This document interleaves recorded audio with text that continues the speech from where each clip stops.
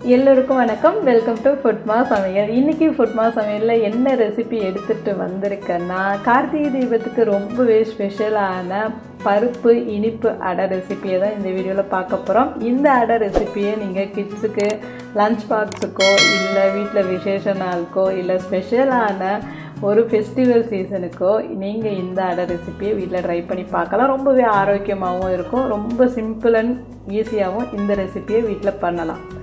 இப்போ அரை கப் அளவு பச்சரிசி, அதில் பாதி துவரம்பருப்பு, அதில் பாதி கடலைப்பருப்பு, ஏதாவது ஒரு கப்பை மெஷர் பண்ணுங்கள், அந்த கப்பை ஃபாலோ பண்ணுங்கள்.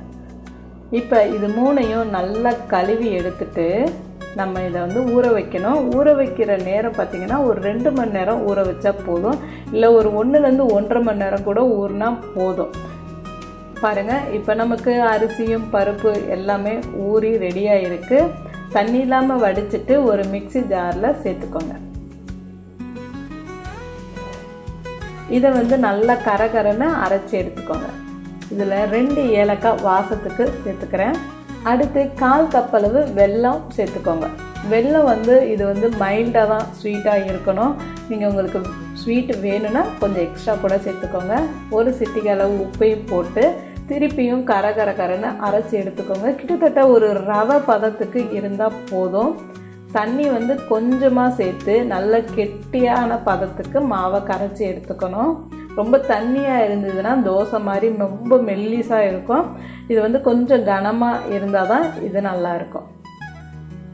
அடுத்து தேங்காய் சேர்த்துக்கோங்க. நீங்கள் வேணும்னா நெய்யில் வறுத்துட்டு கூட இந்த தேங்காயை சேர்த்து செய்யலாம். மாவை நல்லா கரைச்சி எடுத்துக்கோங்க. ஒரு 10 நிமிஷம் இல்லை ஒரு 15 நிமிஷம் அப்படியே விட்டுருங்க. மாவோட பதம் பாருங்கள், இந்த மாதிரி ரவை பதத்துக்கு இருக்கணும். ரொம்பவும் இருந்ததுன்னா ரொம்ப கல் மாதிரி இருக்கும். இந்த பதத்துக்கு அரைச்சி எடுத்துக்கோங்க. அரைச்ச மாவை ஒரு தோசை கல்லில் ஊற்றி இது போல் சின்னமாக சுட்டு எடுத்திங்கன்னா நல்லா மெத்துன்னு இருக்கும். நல்ல வாசமாகவும் இருக்கும். தேவைக்கேற்ப நல்லெண்ணெய் ஊற்றுங்க, இல்லை நெய் சேர்த்து இந்த அடையை செஞ்சு பாருங்கள். அவ்வளோதான், நமக்கு இனிப்பு அடை ரெடி ஆயிடுச்சு.